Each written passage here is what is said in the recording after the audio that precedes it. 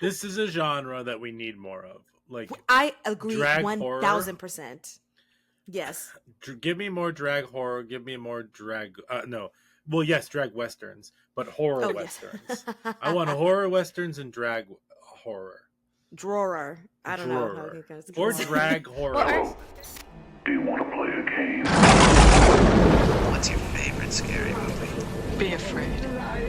Be very afraid. See dead people. You're gonna need a bigger boat. Here's Johnny. The power of Christ compels you! The power of Christ compels you! Whatever you do, don't fall asleep. Welcome to Talking Horror with Jamie and Nikisha. Hi, I'm Jamie.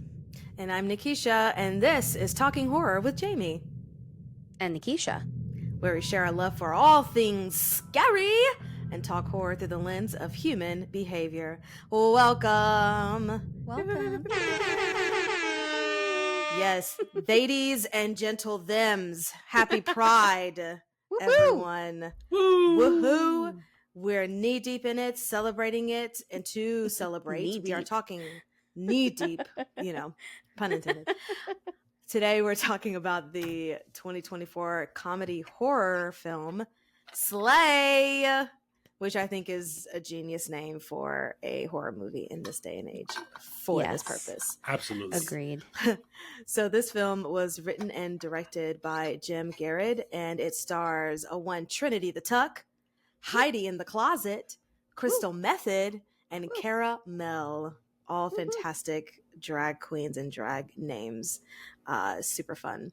So, heavy spoilers. If you have not seen Slay, you can find it on Tubi. It is free for you, and a slew of suggestions of adjacent drag queen horror movies that I was unaware of, but we'll be diving into later. This is a genre that we need more of. Like, I agree drag 1000%. Yes. Give me more drag horror. Give me more drag. No. Well, yes, drag westerns, but horror westerns. Yes. I want horror westerns and drag horror. Drawer. I don't know how I think that's or drag horror westerns. There's the Boulet brothers who are like these horror drag icons. They have a show on Shudder, like a reality show. It's like RuPaul's Drag Race, but for horror, like specific, morose drag. I love that. Mm-hmm. Our guest, Matthew Woods, continually tells me to watch it, and I have yet to do so, but I will. You said it was on Shudder? It's on Shudder. Okay. Mm-hmm. Yeah, I'll definitely have to dive into that. Speaking of things along those lines, I was online looking for some commercial classes to take for just another class that I'm a part of. But I saw there was a class in like how to be a horror movie actress. Like basically, I know, and I need to go back actually look at the thing. Yes, but it was a class on like how to die in horror movies, basically. And it was like a 3-week in-person class of like, we'll teach you like how to die on camera, how to scream on camera. And I was like, man, this is when I wish I was made of money so that I could be taking classes like this. Because that'd be so fun to do. But yes, that's wild. That's I mean, I guess that I would assume that like every single type of genre has like some sort of a like class for it, niche class for it. But I just never thought that there would be that specific of a class, and it just really was really fun to look at and see. So maybe next time go around. Yeah. I'll try and take it and report back. That's exactly what I want to do. I just want to do it and report back. And be that's cool. If they film me dying, guys, let me send it to y'all. You can put it on. Yeah. That's amazing. Fun times. All right. Well, yes, heavy spoilers for Slay. And Jamie, please hit us with those trigger warnings.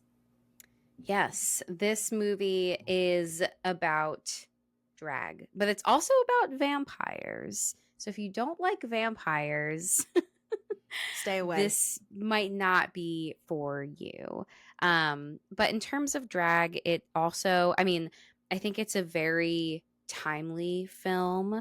And just addressing, I think, a lot of what like is happening in the real world. So on one hand, if you if you want to avoid reality, then this might not be the movie for you. True. I say that because like I often seek out things that are not the reality that we are facing as a form of escapism, but like they are very openly being mocked and judged and like treated poorly for a good chunk of the movie, and like I think that's an important trigger to make note of. I think what else am I thinking about? I mean, it's a vampire movie, so like there is there is gore, some insides on the outside, some blood sucking, some references to other sucking. WAP is in this film in a great scene. Great scene.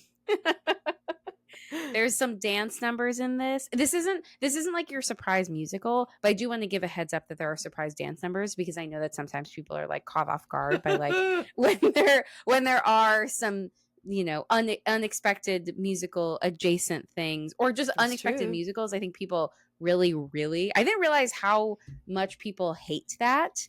They do. Especially because we are all avid musical lovers for a variety of reasons, but like I think that's I do find that annoying, where it's like, why can't you just be straightforward about this? Anyway, I'm losing the thread, but yes, you got it. Yeah, just like vampire stuff and dealing with like very real queer issues. Am I like missing any major trigger warnings? No, there's a decapitation. Yeah, decapitation in slow motion, shotguns, stabbings, stakings, claustrophobic garlic, spaces, melting dust. Yeah, just Twilight references. Twilight references. Well, that's only a trigger warning for anything after the first film. Sure. Yes, there's a boob implant that is yes, removed. A boob implant, a removed boob implant. Stay away. That was harsh to watch. Okay, fantastic. Well, yeah, let's get into everything that's Slay. But producer Brian, please give us the lovely words before we begin. Of course. We're on YouTube. Hi, YouTube. What up? If you're watching us on YouTube, thanks. If you're not, just even if you don't like, even if podcast is your thing, like subscribe to us there. And if you're on YouTube, subscribe to the podcast. Go for it. No one, we're not holding you back. But you can also find us on all social media at Talk Horror Pod. You can find us on TikTok. You can find us on Instagram, and then you can find us on Twitter. Follow us there. We're doing some fun things outside of the stuff we do on the podcast here. Yes, that is all. Absolutely. Oh, also, I have to show you guys my mug that my friend Rachel got me. It says, "You inspire my inner serial killer." That's so good. Oh, we That's should. awesome. I mean, I'm not usually drinking coffee when we're recording, but Brian got these 2 mugs for his birthday, and and they're both like horror characters, and one is like male horror characters, and one's like female horror characters, and it's very cool. And that just reminded me.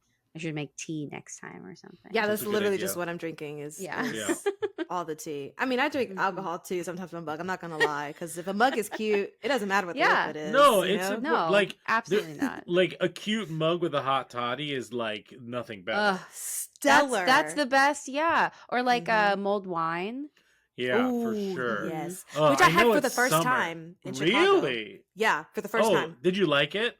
I did. Yeah, I didn't know what to expect, but in Chicago, when they during the holidays, when they have their like outdoor markets and stuff, they had the wine, and I had some, and it was really nice. Yeah. I was just gonna say, it's so funny that we're talking about these like warm, cozy drinks. It's like all we want is fall here on Talk Horror.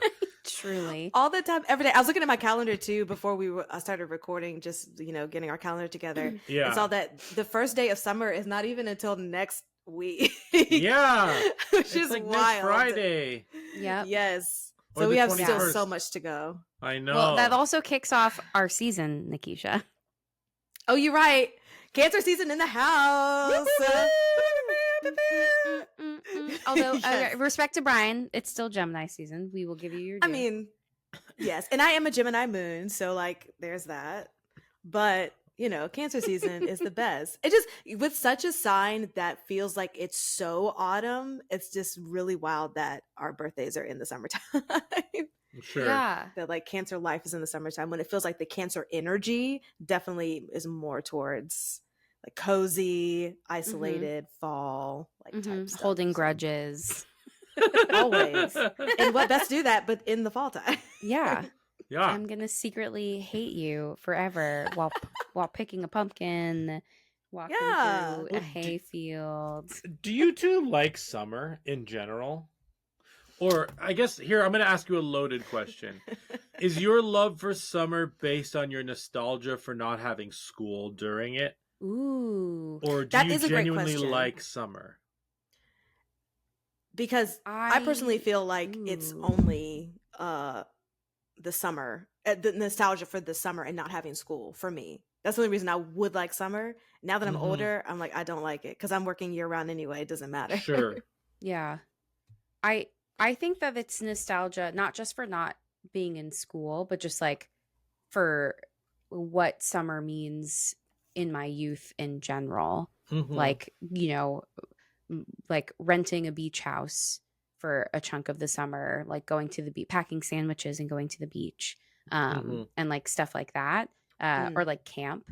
And I feel Mhm. like it's those experiences that like I'm not even having right now that like makes me excited for summer. But I think more so now I'm like, oh, we're in summer. Guess what's next? Sure. Adult me with like all the money I have at my disposal and all of the interests and hobbies I prefer is definitely pro fall, Mhm. 100%. Yes. Agree, because we're not renting beach houses, you know, No, like I we're not can't having afford a those beach house, experiences. but I can afford to go Exactly. to a haunted house Yeah, for one brief moment. exactly. And yeah, that's where And my I can afford to go to you know, the at-home store and get Halloween decorations, you know, or Mhm. go to Spirit Halloween and get stuff. But summer beach houses, driving to a beach where we are too, it's like, I'm good. yeah. I love summer. Yeah. You're allowed. I unapologetically love it. I okay. like the activities during the summer. I like I like wearing shorts. I like the beach stuff. But I also You also like wait, like this is a weird thing. You like being sweaty. I like being let me rephrase that. Being hot does not bother me at all. Like, and when it's Yeah, I humid understand and that. gross out and the sun is beating down on you, like I have no problem with that. I would much rather be hot than chilled to the bone in the winter. Really? Yes, I would much rather be uncomfortable and hot and But then you sitting can in wear the all hot. your cozy layers. Exactly. I am perfectly okay sitting on like the unair conditioned subway train. Like Ugh. it's Oh, gross, but like if I'm going a couple stops, like I can take it. Like to not have to sit near anyone else, like I'll take it for sure.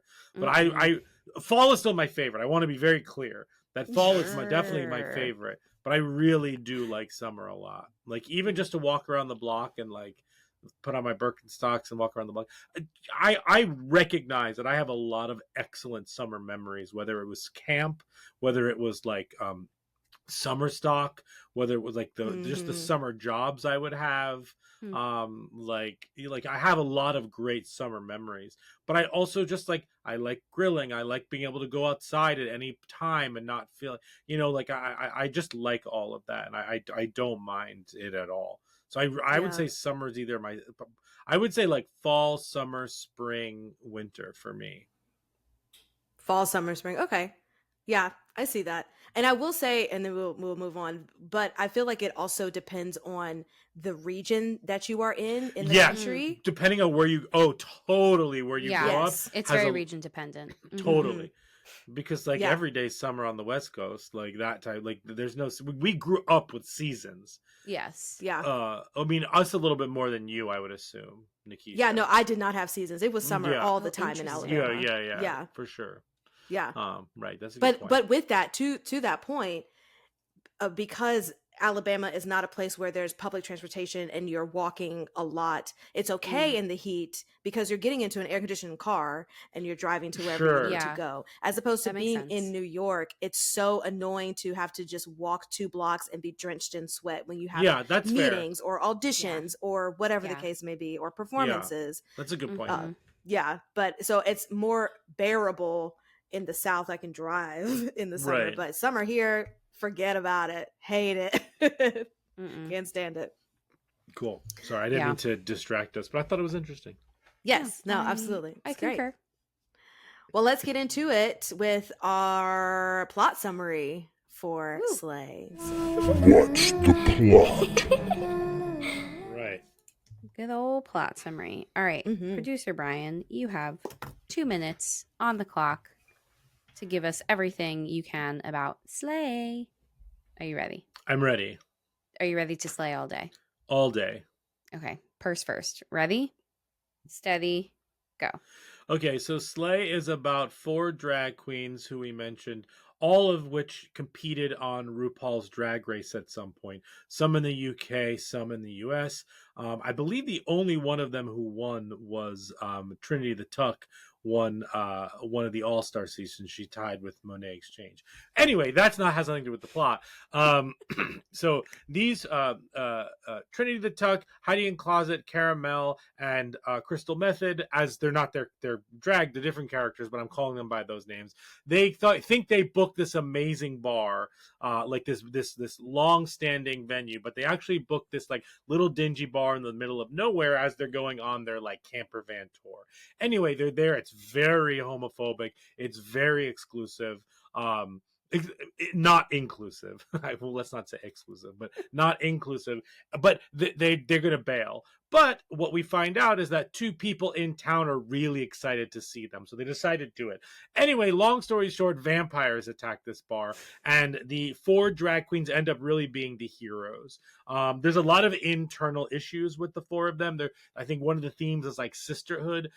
Anyway, they end up teaming up with a lot of the biker gangs and all of the locals to fight the vampires, and they all find in the end that they really have a lot in common.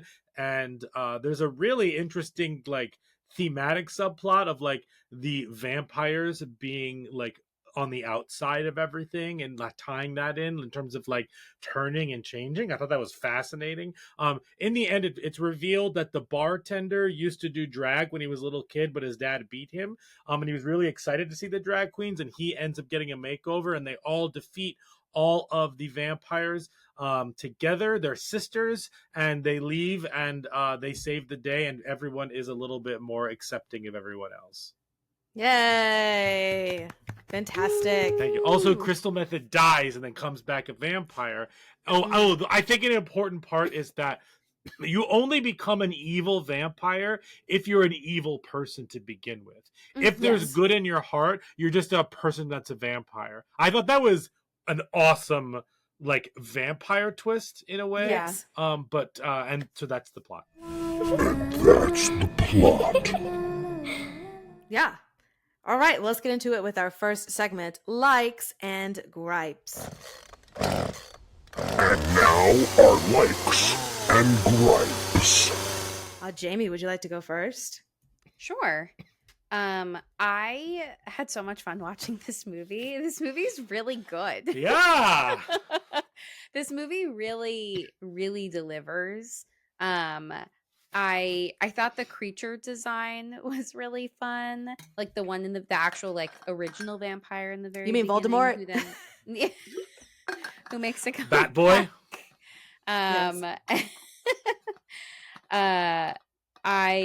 loved the Watt performance. 10 out of 10 for me.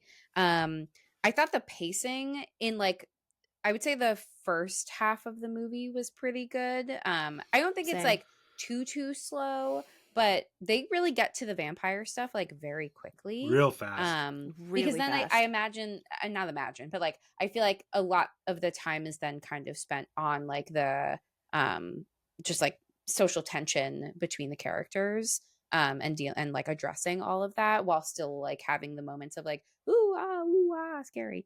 At first I thought that the I almost said dinosaurs. What? At first I thought the vampires, not dinosaurs, don't even know where that word came from in my brain. I thought that they exploded into glitter, and then it took me a little bit to realize that it was just dust. It did look like glitter, and I loved it. It was like sparkly and shiny, and like I don't know. I just was like, ooh. I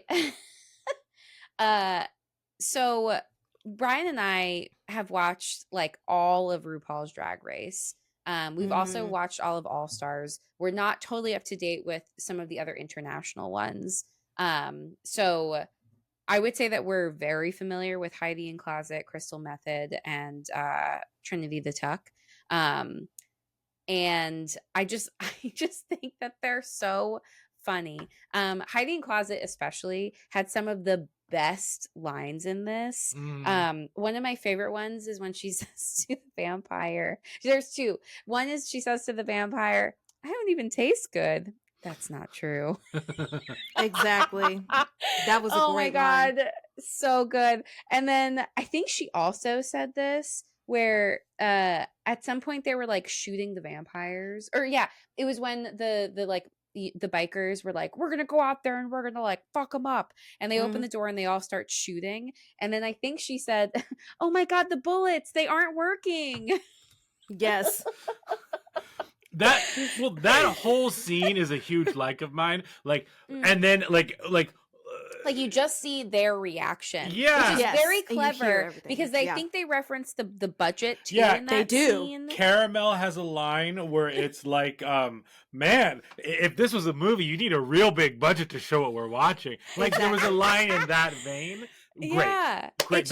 It's great. This movie is super self-aware, but also very much delivers on like a campy vampire premise, and you don't need the big budget to like do this effectively. Like they have demonstrated that like they can make it work the way that it is, and like it's very fun, and like the practical effects, the vampire make when the people are turned into vampires, it's all it's really good, and it's just like, again, we love the practical stuff. We are, I mean, we're not anti CGI here, but like when it's really noticeable, I think we're all really distracted by it. So it's just really nice to like, focus on like, what's the point of this movie? It's like, to do a kitschy horror movie, while also like highlighting drag and like, and these excellent actors. And it was just a really fun time. I also kind of liked that the vampires were like, again, because they are evil, that they are like very strategic in what they're trying to do. It just made it like it felt more that like the stakes were higher and kind of going toe to toe with these vampires, which again, it's like I wasn't expecting that. I didn't really know what to expect. I think my only like main gripes where it kind of feels a little long in the second half of the movie. Yeah, agreed. And then I know that, again, like this movie was about like everyone's learning about like one another and being able to come closer together, but like the closeted bar owner felt like such a trope, and it was like so obvious that like it kind of was a little weird, and I wasn't like crazy about that character or their performance. I liked the drag glow up. I thought that was really fun, but like I kind of was just like, this is like borderline weird, maybe making me uncomfortable, but like it felt like they were really like pushing hard on, like, I was like, yeah, I get like the douchebag biker being a douchebag and like having a really hard time like seeing them as just like humans who are all in it for the same reasons of like we're all just trying to survive. Like that's the point of all of this. But like I don't know, I feel like they could have done a little bit of a better job. Yeah. With what's his name, Dusty? Yeah, I agree. Dusty. I agree. I just think that it was for my taste, that portion of the movie with him like always like the camera lingering a little bit longer and him being like, oh, maybe I think that it was kind of weak. I think he could have just lied to them that he didn't book them, and at the end he admits that he booked them. I also think he needed to be older in his story. The story that he tells at the end, he says, I was like 5 or 6 and I was doing drag. Like, I think he needed to be a teenager, and that his parents caught him, because to me, I get why they did 5 or 6, because like it's just like it's something that naturally came to him, whatever it is. But I think if he was older and experimenting with drag, and then his father quote beat it out of him, like I think that's more interesting to me as an older person who can actually remember kind of those things, even though I'm sure getting hit with a belt would make you remember that moment. But I don't know. I think I needed him to be older in the story, and I needed less gesturing and mugging at the beginning. But that the age didn't bother me because like it feels developmentally appropriate. I like because I thinking about his own identity and like what this meant to him, but like I don't know, I think that like there was just other things about this character. I think the gesturing and stuff periodically, and like the camera always lingering on him, like looking at them in awe, and like it felt less like his own personal identity journey and felt more like they were maybe also trying to push another romantic arc for him with Trinity. And I was like, I'm confused at what they're trying to do. And I think that's why I thought it was weird, because like it was clear what they were doing with hiding in closet and that other guy, like that was like the romantic story happening. But then it kind of felt like that was their like most effective way at demonstrating his like deep-seated connection to drag by like doing the same kind of thing. And it felt more like ogling as opposed to like I want to reconnect jealous with this until closer to the end, right before he has his like big makeover where he's like putting on the lipstick and like he's like, oh, I'm just touching you, I'm cleaning up your stuff. And it was like, okay, guy, like it was just super weird. So like I feel like they could have done a better job at like him thinking about it in terms of like just how he identifies himself, and maybe could have done different gestures or like different like body language and things. I don't know. It for me, I was reading of like, are they trying to push a second romantic arc in this, or like what is going on? Sure. I absolutely agree with that, because when he was first introduced, or when they first come into the bar, the way that he was looking at Trinity Tuck, it was as if he was attracted to her. I was confused, like ashamed, and then to they have had a shift crush. it into like, Exactly. oh, I used to do drag, and then I was like, oh, that's not where I thought they were going to go with this, and I kind of wish that like we got that earlier. Like I wish that there was more focused on that. In particular. That's because I like that as a theme of like, just let artists be artists, and like let creative people be creative and don't stunt it. But specifically talking about drag, but like, that's a good point. I think I thought that too, but now that you're bringing it up again, I'm remembering that. Sure, because I also was like, is it about drag in particular, or is it about like a queer identity that was stifled, or both, or like whatever it is? And like the weird attraction thing just kind of made it feel like it was taking away from the importance of him like always feeling this way, and like just because of like the abuse he endured doesn't change you. This isn't a choice he made. Sure. So I wish there was like another way, but also like this is supposed to be a fun vampire movie, so like I get that they're not gonna they get into some stuff, but like they're not gonna get into all of it. So it's just like a mild gripe that I had, but but I think your gripe about intention versus execution is very valid. Well, thank you, I appreciate that. But yeah, all in all, I had a really, really fun time watching this, and like I look forward to Nikisha, you send over that like drag horror movie list, and I'm in. Yeah. We'll definitely get into it. Very excited. Tubi has a lot to offer in general. It really does. I'm excited to go down the Tubi the rabbit hole film. Yeah, exactly. The drag hole, rabbit hole. Well, maybe not drag hole. Maybe that's not. That sounds like a fun bar. I would go to that bar. Yes. Well, I do want to piggyback off of your some of your gripes, Jamie, because I did feel like after what was it, Crystal Method got supposedly died, that everything kind of slowed down for me at that point. And it was like you said, more so of the dynamics that were happening within the relationships we're seeing, as opposed to how awesome the action was in the first 30 minutes. And one of my things that I commented on in my notes was a whole lot has happened and we're only 30 minutes in. Mm-hmm. So I was really thinking of, well, what else are they going to do within this last hour that we have of watching this? And even though they do kind of pick it back up with some of the action scenes and the chasing and all that stuff, there was still just some moments where I didn't need a lot of the interpersonal relationships that were happening in this, just because how it's set up. It's like, we're putting you in the action, so let's just like stay into the action. You know, if you want to set up some stuff, I think for me it would have been more beneficial if that stuff was that relationship setup or whatever they needed for exposition was more in the beginning. And then you get to the action as the action until the vampires are dead. Sure. But I will say I was not expecting that there was going to be vampires in this at all. For some reason, I thought it was just going to be a slasher. And so for it to be vampires, I was like, oh, okay, well, I mean, I'm in, you know, let's do it. One gripe, more kind of broad general gripe that I had is, we know it's just the movie. The movie's about inclusion and exception and acceptance, not exception, acceptance.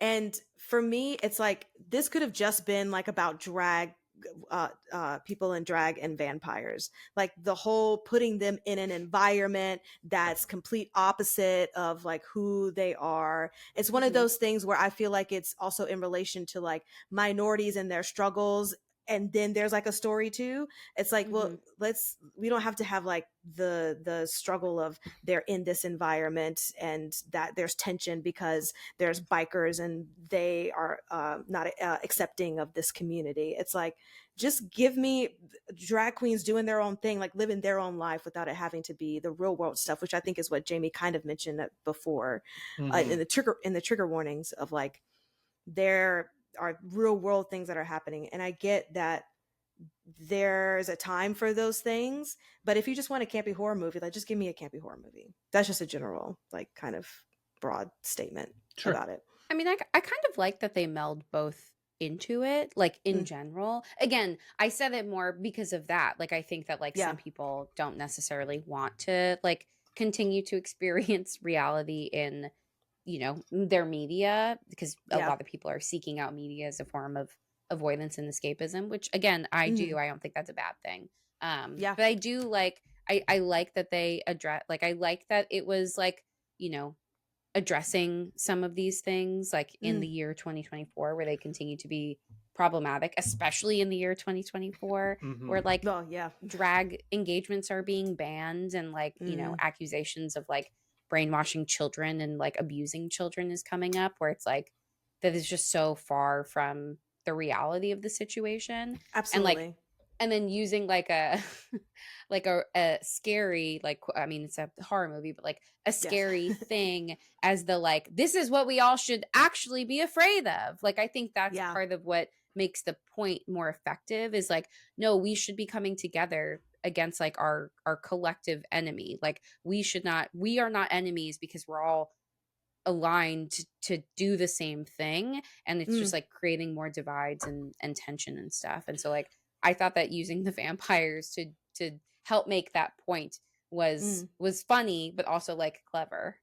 Yeah, I agree for two reasons. One, I thought that, just like Jamie said, but using the vampires also and them turning as points to acceptance was just really clever and added a layer that I didn't expect from this. Also, the bikers were not played as all out like Nazi monsters. I kind of like how like Fat Boy was vegetarian and gluten intolerant. You know, like they made them soft, and you were able to see their like their it was a farce in some ways, but like to see their like they gave them some moments that like you can laugh at them as well. So I thought that softened the seriousness of it. But I agree with you, Nikisha. Sometimes I just want the like that aspect of it. But I thought this just did these things in an interesting way. Yeah. Also, that theme wasn't an afterthought. It was the point of the movie. So we've seen a ton of movies where like this like other deeper theme is kind of just like tacked on at the end as a lesson. Whereas like I felt like this like was part of the point. So because it was woven in so much, it worked for me in that way. Yeah. I mean, I buy it. I buy, everything that you're saying.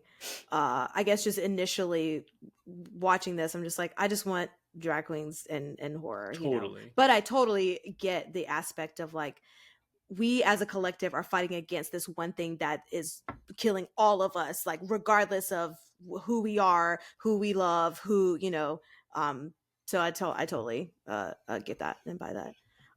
One of my favorite quotes was, I forgot who said this, but somebody says, "Who bites a man?" And then all the drag queens raise their hand, and Trinity puts him down. That was great. That I have a lot of other lines that I'll go through in a little bit, but that was. I will say this, and this is one of my likes, just based on your comment, Nikisha. I feel like this is one of the most recent horror comedies that we've seen that was actually funny. Yes. Like, I feel like horror comedies can go into one of two categories, like genuinely funny, like The Blackening or this. And then there are other horror comedies where it's like, it's more like charming horror as opposed to like actual laugh out loud, like this is really funny. And I am always so delighted when a horror comedy, for instance, The Cabin in the Woods, which you'll hear this episode in a couple of weeks. To me, it's a horror comedy, and I do laugh here or there, but like it's more of a like a clever like yes meta horror versus like I'm like, yes, I laugh at the guys in the station, but like this I'm laughing the whole time. I don't know. There's something that I just miss about those type of movies where it's actual comedy for comedy's sake. And you're not laughing because it's a dumb 80s movie. You know what I mean? It's just like zinger after zinger after zinger. Oh, and there were some real good ones. There were. It was really, and I liked the queens' dynamics towards with each other. I liked the types of characters that they were portraying as like the dumb one who's just happy to be here, and the one that's trying to be like strong and independent, and the mom of the group, and all these things, and the one just trying to people please everyone and make sure everybody's okay, so I just really thought that they all played into those really well. And another thing I agree with Jamie, the WAP scene, absolutely amazing. Anytime they filmed any of the drag performances, like that was absolutely my favorite part of the entire movie, because they just knew how to film that well to get the point across, to make you feel like you're really kind of there watching it with them. So I had the best time with that. All the looks were fabulous. Everyone was so glamorous. Shout out to Crystal Method, who had multiple costume changes throughout this movie. And to that point, the shade that they threw at Bianca Del Rio, I will not forgive. I know, because she is my favorite queen. That was amazing. That was just so funny. To have that little another zinger just thrown in there. Yeah. And then she was like, oh, well, she means because she doesn't want to be in the same look. She's like, I know what she meant. So it was so good. One thing that was really kind of like campy fun, but I was like a little annoyed at, it was so funny. They needed people to be dying in the bar, so you would just see random people that you've never seen before. I thought the same thing. I was like, I thought there were only 5 people in this bar, and now I'm seeing like other people. Oh my god, I loved it. Yeah. I loved it. That was so fun. Yeah, I was like, where did this girl come from? And now she's like, where did this guy come from? And totally. Okay. That was great. But yeah, overall, I had like a really fun time. It was really fun to just experience. Like, I am not familiar with these particular queens. I've watched a few episodes of RuPaul's Drag Race, but I am like 50 million seasons behind, because they just keep coming out with like a million every year. Yes. Which is fantastic and amazing, but I am behind. So this was a nice introduction to these queens. And a question, how they were in their drag, is that how they normally are in their drag, or was there any differences? It was No, basically the same. that's That's their that's look. yeah. Like Okay. Yeah, I think Crystal so. Method does like the heavy makeup and like a little more clownish in the best Mhm. way. Trinity is definitely more. She's a comedy queen, but with like a glamour edge. Heidi is a Mhm. comedy queen with a little bit of a glamour edge, like, but also goes a little bit more towards the comedy. And then Mhm. Caramel is the only. We didn't watch that UK season, so I was not familiar with her completely. But my assumption is if the other three were basically playing themselves with different names, and I would assume that Caramel was very similar to her Mhm. typical you know. Yeah. Yeah, I mean, know her that lip sync Crystal was Methods like makeup is like very specific, and like okay. she like that's her style of makeup. It's like it's almost like clown like Yeah. adjacent, I would say. And she was the runner up, I think, from her season. She was top 3 at least. I she was think she number lost 2. to Jada Essence. I think that was Yeah. She lost to the Jada. COVID one. It was her. Oh It yeah. was Mm. her, Oh, and Jada, and Gigi. Gigi. Oh yeah. Yeah. Yeah, That was when we started to watch because it was we Nice. were on lockdown we were. packing to move. Yeah, we were in lockdown, but we had started. I think did we start during lockdown or before lockdown? During. We did. Okay. I think so. With Yeah. the potato camera quality. Yeah, exactly. Those first The 3 first seasons, or couple whatever it seasons is, is yeah. like it like you want to like wipe your screen. Oh, Because the yeah. quality is like so It's bad. not good. Yeah. Yes, I did watch a couple of the first. But the seasons are great. Like, Yeah. although I also people forgive video quality, people do not forgive audio quality. Mm. Mm-hmm. So like that's why those seasons work, because Thanks, podcast listeners. Right. Yeah, exactly. Yeah. Okay, well yeah, that's all that I had, but I had a really fun time watching this. I thought that their action scenes were great and fantastic, and the stuff that they chose as their weapons was awesome. And I always like a little glam up, so I didn't mind the older guy and his like journey. That didn't really like stick out to me. The only thing was like if he was attracted to Trinity or not. Yeah, totally. But other than that, I was like, okay, yeah, cool, that makes sense, put it in there. But yeah, that was good. That's all that I have. Brian? Cool. I thought this was great. I did not want to expect. This is a low budget, like silly movie. It did not feel low budget, and I'm already gonna like this because I like those queens, and I think they're funny. But the movie was actually funny. It did not feel low budget, as I mentioned, both from a visual perspective, a sound perspective, like a cinematography perspective. The acting was way better than I expected too. With standouts being Heidi and Closet and Trinity the Tuck, who I thought were excellent. I think Caramel gets better as the movie goes on. But I just like was really, really impressed in general by them. Jamie had mentioned it. I love a strategic vampire that they're like figuring it out. I love the come in sign outside. That was clever. That was clever. Yeah. I thought all of the characters, whether the intention for some of them was a little bit off, were clever and interesting and fun. I thought they were all interestingly layered. I really liked the two queer townies who were very excited to see them. I like that that's kind of why they stay. And the point of this is like, we need to be seen because like, we can't let these two people down. This is why we do it. I thought that was really a good use of that.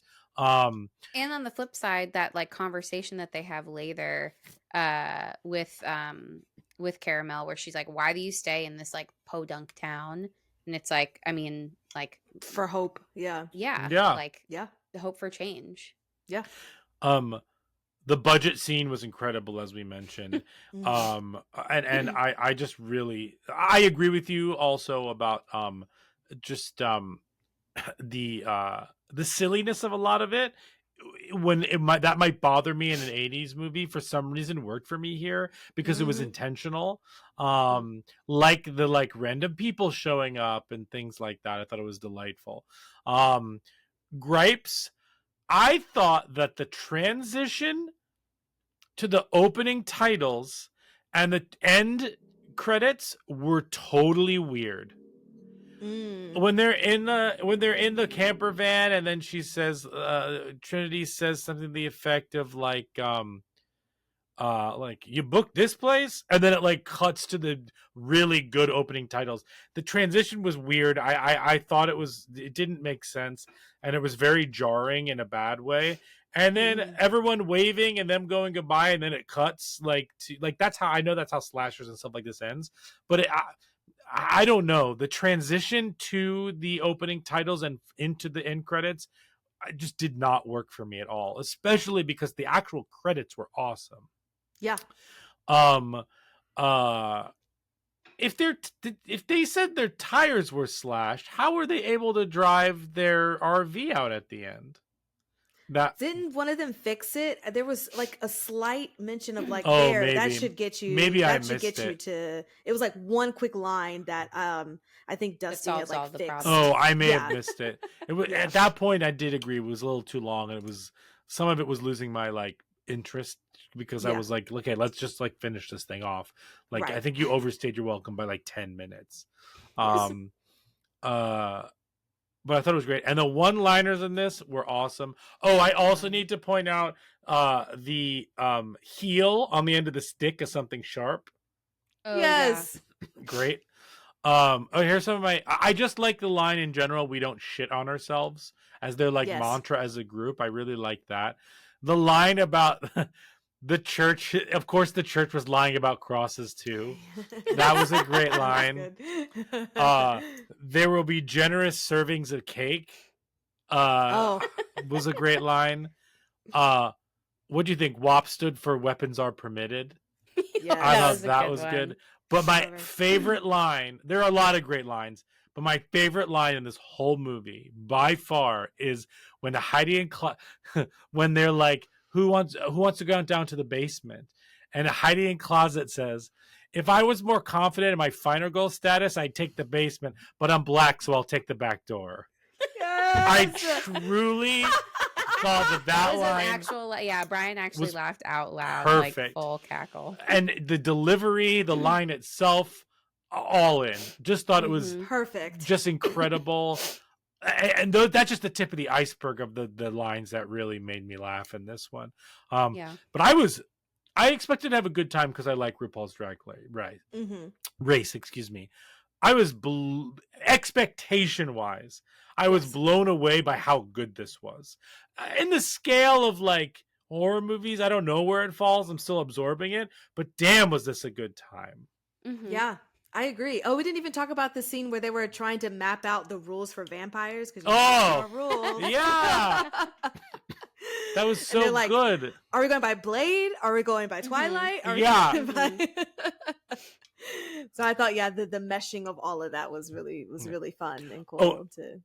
Oh, it was so good. And then just to go off of rules, I mentioned it earlier. I really loved that you're only a bad vampire if you're a bad person in real life. Like, yes, I like that because then you got the other characters who could just be vampires on the good side, and I thought that was an interesting way of also tying into the themes of like, a good person is a good person no matter what, and I liked that a lot in general. Yeah, no, that was great.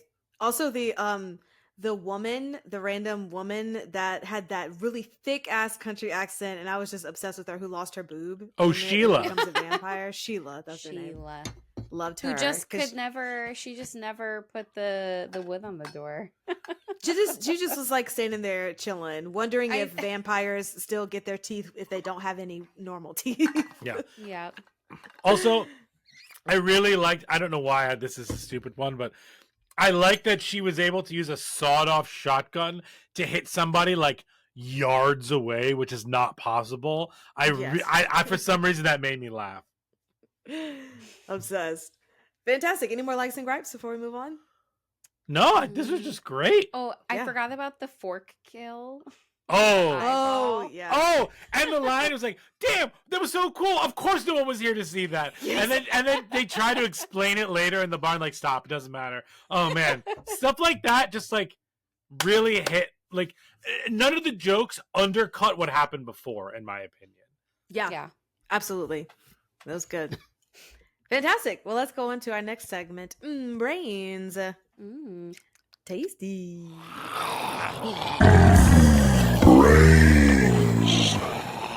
Okay, so Jamie, I would love if you could talk about maybe where someone could find resources or support if they are coming out later on in life, which seems like that's a thing that is happening more often now. Are people kind of coming into their own well into their 40s, 50s, 60s? So I just wanted to ask if you knew any kind of like resources for like building community when you are coming out later. Yeah. I mean, I think like I agree that I think because of like a lot of like social political time passing things that like more people are feeling comfortable with like being their authentic selves and that there's no like set timeline. Like this isn't a thing that happens exclusively when you're young and like, then your identity is, I mean, we talk about like identity formation starting at a certain time, but not like ending. Like I'm still figuring out who the fuck I am. So like I feel like that's a very normal thing. But I find it really interesting because like there's a lot of like online resources that people have come together. There I know like I mean, this might seem silly, but like Reddit has like a lot of resources for people. Like one I know of off the top of my head is a subreddit called Late Bloomer Lesbians.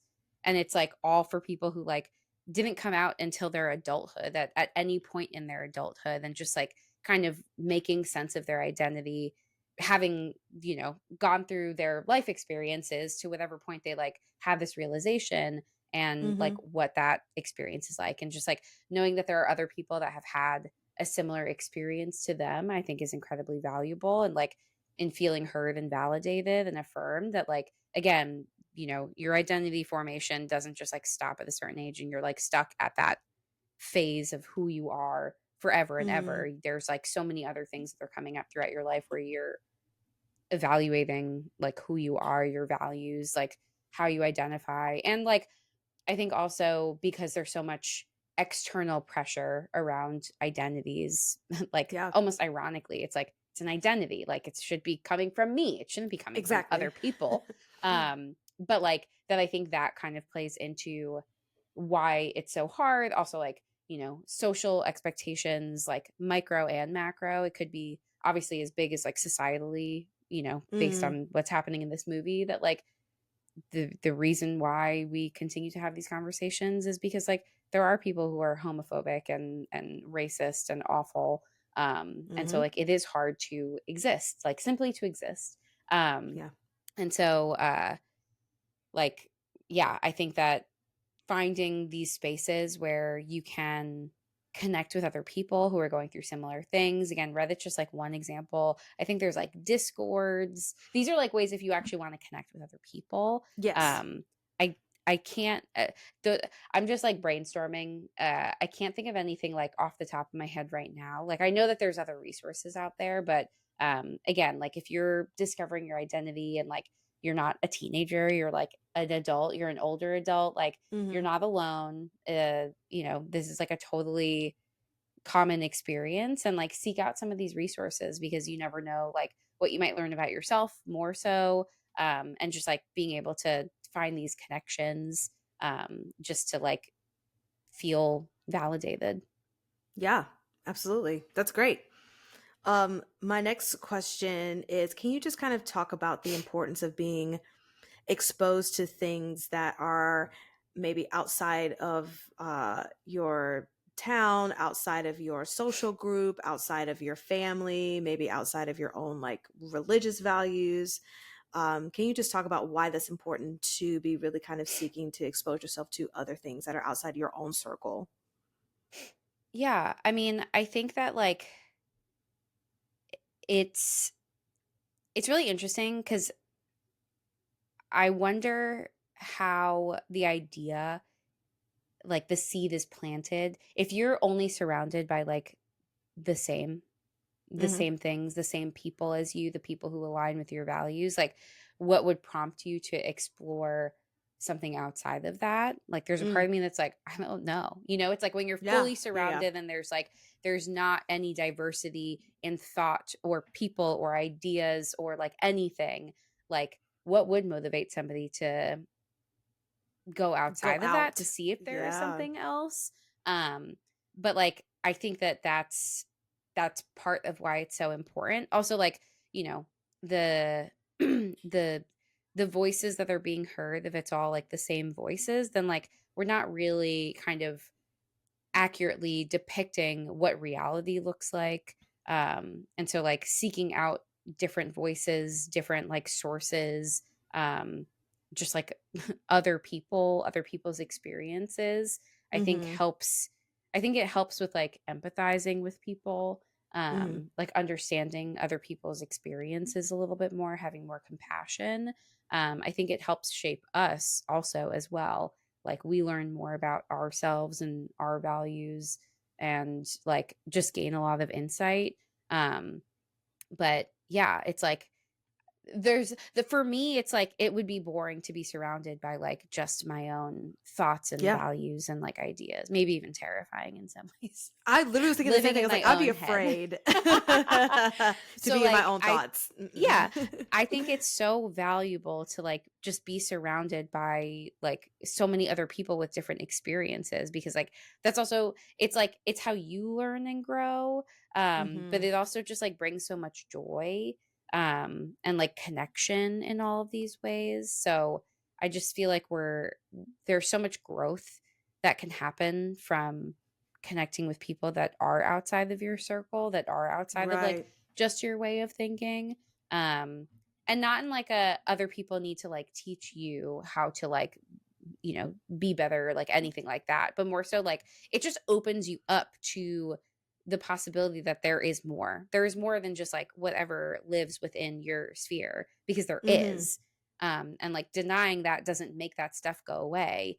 You're just being ignorant to it. So like, you could live in your own little bubble, but like it's going to be really isolating and, like I said, perhaps scary. And so like I think it just like opens you up to the rest of this world and like how amazing and wonderful it could be that otherwise you wouldn't get to experience if you were like closed off from all of that. This is kind of unrelated, a pivot, but yes, I think that's why I like The Dark and the Wicked so much. The idea that movie is based around the fact that like it doesn't matter if you don't believe in demons, like they're real, they're out there. And so like people who aren't paying attention to it because they don't believe in it are the ones that are getting affected by it. I see that as kind of like, even if you live in your little bubble, like things are still out there happening. So I know it's a little different because getting possessed by a demon is like worse than like traveling to like Europe and seeing things for the first time. But that's been bad analogy corner. Screaming. But no, I get that. And I like, Jamie, your first point of you just talking about why would someone even want to seek out outside of their own bubble if that's all that they see and all that, how does the thought even come to their brain to say, I want to think of things outside of this? And I think it does for some people. It's just like, like I've gotten a lot of this. Like, is there something else? And I think for other people, it doesn't. It's like there's a maybe a source of comfort and camaraderie and just like getting a lot of the same. And so like I can understand that, but like for me, I would be deeply bored. And like that's just like uninteresting to me. But it's also like mind-blowing. I don't know. I mean, I think it's kind of related, but it kind of reminds me of like when you like thinking about education, like higher education. And for people who have like never experienced people outside of their bubble before, I just remember hearing a lot of anecdotes from people where it's like, I went to college and like, this was the first time I met somebody who like was just so vastly different from me. And like, just that I hear that so often that it's like that was your first time really being exposed to like different values, different cultures, like diversity, like it's mind-blowing that happens at like 18 years old. Mm-hmm. It's taken Truly. 18 years, 17, 18 Truly. years for you to be exposed to like something different and Yep. otherwise not really having any idea. And that's even like that doesn't even like fully address how like, you know, I would say like white and upper class most colleges are anyway. So it's like you're still they're still not particularly diverse, and that in and of itself is already shocking to people, like blows my mind. Right. And that's again, like that's not every college and university, but like it's a lot of them. So but like, yeah, I think it's like the perhaps not necessarily like, I think some people there's curiosity. I think some people maybe don't have that curiosity. Maybe there's boredom in like what you're getting. But I also think like people just genuinely don't know, especially young people whose brains aren't fully formed. It's like they just might genuinely not know that there is like all of this other world out there outside of just what they have experienced and seen, or even like what has been, you know, put on them that they have received and internalized for the first 17, 18 years of their lives, to then be exposed to like so many other schools of thought and people and ideas that like it is truly mind-blowing. Yeah. So yeah, it's just like that is what comes to mind about like experiencing something different for the first time, I think, for a lot of people. Yeah, that's so true. And it goes so deep into, like you said, the educational system too, of like, what are you exposing to? Because when you said different schools of thought, to me, that just thinks about like, if you're in, you know, like a psychology class or an ethics class or, you know, sociology class, and getting different perspectives of ideas and things. Yeah. But also no, go ahead. Oh, sorry. No, I was just going to say, I also went to like a Catholic school. So like they're only teaching one thing. Like they're not going to, the curriculum is not even inclusive. Yeah. Sure. That was literally what I was about to say, is that like, Yeah. I was also going to add the asterisk of like, I went to a liberal arts school. And so like the curriculum, there's like a set, not a set curriculum per se, but a set type of courses that you're supposed to take. And it forces you to like take a language course, to take a science course, to take a math course, to take like a social sciences course. So it's like you have the you get to pick what the specific class is, but the intention is to do all of these different things to like get a feel for it. And so like it kind of like, you know, at least that's what I think historically the intention has been. So like it gives you this like wider breadth of experiences that's like a part of the educational experience overall. And like for me, that was really interesting, even though I didn't do too great in all of those other sciencey and math classes. But like I did great in the psychology classes and Spanish, and that's all that matters because that was my double major. So don't ask me about why I got a D in chemistry, please. Chemistry is actually the worst. I hated chemistry. It's like biology all the way. I will not. I'm like still mad about this. And like I graduated college quite some time ago, but they revamped that whole department after I took that stupid class. So like you could have been talking to Jamie, the neuroscientist, but I wasn't going to get into med school with a D in chemistry. So, oh no. Well, I think psychology fits you just perfectly. So, thank you. The world needed you as a psychologist, as a therapist. That's fair. I'll take it. Fantastic. Okay, should we rotten tomatin? Let's rotten tomatin. It's the Rotten Tomatoes game. However, there is no Rotten Tomato score for this. No. So, dang. I'm just going to go straight to Letterboxd. Do they hate Tubi? There's only... Does Rotten Tomatin hate Tubi? No, there's only one review of this on there. And it's, you'll watch this from start to finish with a smile. Pure campy queer horror. Yeah. Yeah. That's it. 100%. Yes. It has a 100 on Rotten Tomatoes. Oh, 100 on Rotten Tomatoes. Rotten Tomatoes. Rotten Tomatoes.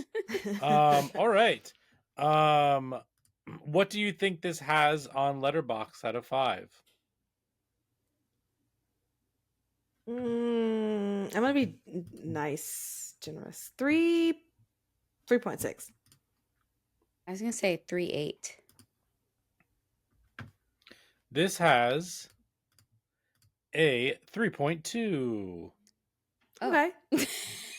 I see. I see. Got it. Some of the great reviews are, I was rooting for all of these characters as much as I root for Rocky. Sheila, I love you. Go treat yourself to a new titty. Yes. Another review was, you got pronouns or something? You got pronouns Oh, now or something? Great line. that was a good one. Yeah. More dragon horror crossovers, please. This is Mhm. exactly what I wanted. Well done, Tubi. Yeah. Go to be. Great. Fantastic. What should we do next? The 4 S's? I think Yeah. so. Sorry, I was reading some of the other reviews while you were doing this. The line was, crucifixes don't work. Oh, the church lied? Yes. That was a good one. Great. Let's do the 4 S's. Yes. Yes. Skull, scare, shakes, and suggestions. The talking horrors 4 S's. 4 S's are skulls, scares, shakes, and suggestions. Skulls is how well it handled mental health and human behavior.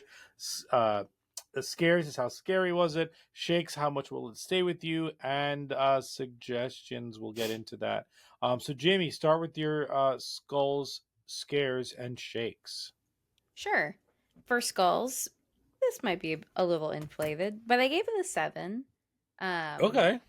Because for the most part, like, it did feel fairly realistic, in terms of like how, like, if you take the vampires out of it, like how people were interacting with one another. Hopefully people would be taking the vampires a little bit more seriously. I did dock some points for some people's reactions to dealing with the vampires. Is like, we could probably be safer. We could make more strategic choices. Sure. Sheila, board up that window. Come on, Sheila. I was like, why didn't you put up this window? What are you doing? You could have had both of your titties. You could have had both of your titties. Or Crystal Method, and I think it was Jax, when they were like doing the makeup and stuff, and like then the vampire showed up. I was like, what are y'all doing? For scares, this isn't a particularly scary movie, but I did give it a 2 because I thought that, like, some of the kills and designs and things like that were really creative and well done. Again, for like a quote low budget horror movie, it looked good. For shakes, I'm giving this a 6. I was like so pleasantly surprised by this. I had a really fun time, and like now in my brain, I'm like, cool. Like, what's a good like comedy horror, drag horror film that I can recommend to someone? Or like if someone's watching RuPaul's Drag Race, it's like, do I have a follow-up movie for you? Mm-hmm. Yeah. So yeah. Totally. Cool. Nikisha? Yeah, mine are similar. I gave a 5 for skulls, same reasons. 2 for scares as well, because there was the little blood and stuff in there, so it's fun. And shakes, I'll give it a 5. I had a really good time watching it, and I will definitely be remembering a lot of the lines in this. So, yeah, mine are pretty similar. I did a 7 for for scares. A 7 for skulls. I did a 1 for scares, and I did a 6 for shakes. Nice. Yeah. And then my suggestion for this one is, I just want classic Rocky Horror Picture Show. Yeah. Just like cult, queer, delicious. Yes. And not a surprise musical. My God, yes. I'll say on Tubi, they suggested a movie called Death Drop Gorgeous. So I'll put that in. And also, if you just want drag queen, one of the best drag queens in my opinion, just watch Hurricane Bianca movie. Such a fun movie. Cool. Jamie? I did not go the drag route. I went the vampire movie route, and the one that I feel like this very much embodies is From Dusk Till Dawn. Yeah. They even reference it in the movie. Yeah. And Right. I was like, that is what this movie is. Obsessed. Fantastic. Okay, well, I think that wraps up our episode of Slay. You can follow us on all social medias: TikTok, Instagram, Twitter, at Talk Horror Pod. And Brian, where can they listen to us? You can listen to us wherever you get podcasts. So YouTube, hi YouTube. And then, of course, you can find us on Spotify and Apple Podcasts. Rate and review us there. 5 stars, please. And thank you. Thank you. All right, what quote are we leaving the people with? I think we don't shit on ourselves. Yes, because that's a great mantra. Yeah. I like Yeah. that one. There are tons of one-liners, some real quips, but like, yeah, we don't shit on ourselves. I like that they came back in the end as well. Heck yeah. That's cute. Fantastic. Well, thanks for listening, guys. Bye. Thank you. Bye.